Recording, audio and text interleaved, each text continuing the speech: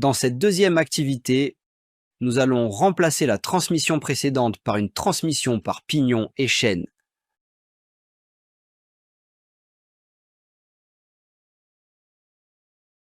Première question. Complétez la définition de la transmission par pignon et chaîne. C'est une transmission par obstacle d'un mouvement de rotation entre deux arbres parallèles et éloignés par l'intermédiaire d'une chaîne.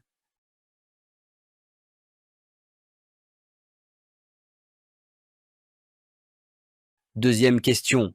Complétez la figure ci-dessus par chaîne, roue dentée, pignon.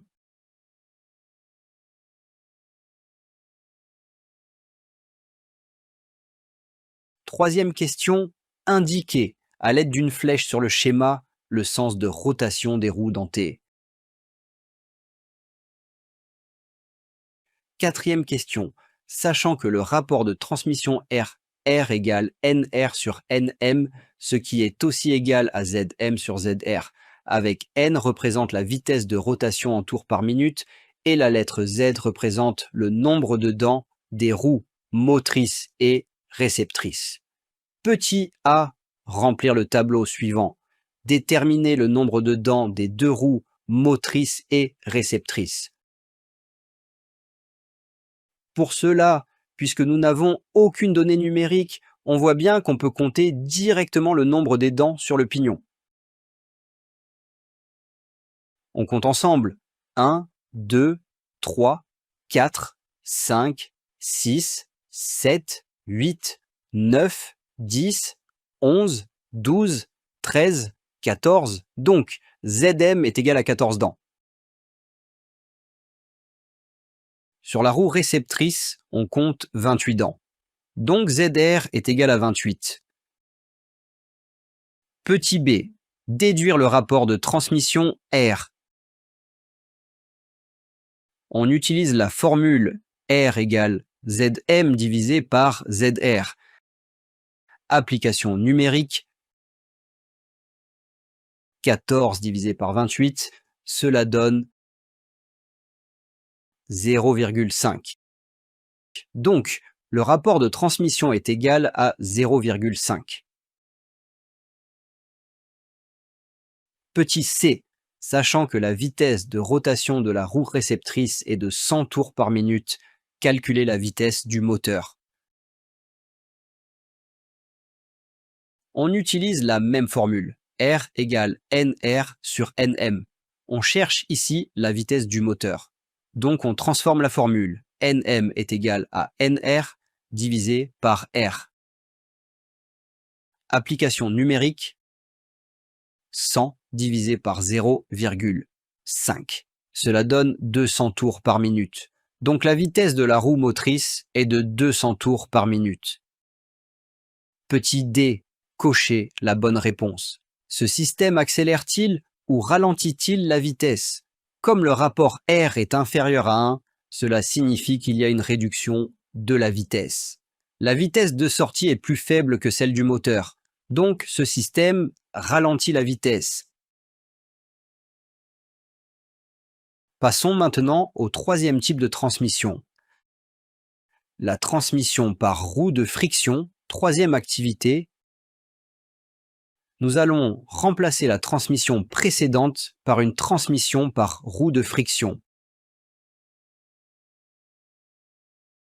Première question. Complétez la définition de la transmission par roue de friction. Transmettre par adhérence un mouvement de rotation continu entre deux arbres rapprochés. L'adhérence est assurée par un système presseur. Deuxième question. Complétez la figure ci-dessus en indiquant la roue motrice et la roue réceptrice. Bien évidemment, la roue attachée au moteur est la roue motrice, et la roue entraînée est la roue réceptrice. Troisième question. Indiquez par une flèche sur le schéma ci-dessus le sens de rotation des roues.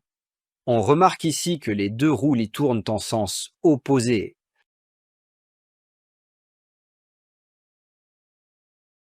Appliquons maintenant ces notions sur cette application. Première question. Donnez l'expression du rapport de transmission noté R. Le rapport de transmission R est égal à la vitesse de la roue réceptrice, divisé par la vitesse de la roue motrice. Autrement dit, R égale N, 2 sur NA, où NA est la vitesse de la roue motrice et N2 est la vitesse de la roue réceptrice. Ce rapport peut aussi s'exprimer à partir des diamètres. R égale D1 sur D2, avec D1 le diamètre de la roue motrice et D2 le diamètre de la roue réceptrice. Deuxième question, indiquée par une flèche sur le schéma ci-contre le sens de rotation de la deuxième roue. Ici, on remarque qu'il y a un contact direct entre les deux roues. Cela signifie que le sens de rotation sera inversé. Troisième question. Sachant que R est égal à 2 et que D2 est égal à 60 mm, déduire le diamètre de la première roue. On utilise la formule du rapport des diamètres, R égale D1 sur D2. On cherche D1, donc on transforme la formule. D1 est égal à R fois D2. Application numérique, 2 fois 60, cela donne 120 mm. Quatrième question. Ce système est-il un réducteur de vitesse ou un multiplicateur de vitesse? Puisque R est supérieur à 1, on conclut que c'est un multiplicateur de vitesse. Justification. Un rapport supérieur à 1 signifie que la vitesse de sortie est plus élevée que celle d'entrée. Cinquième question.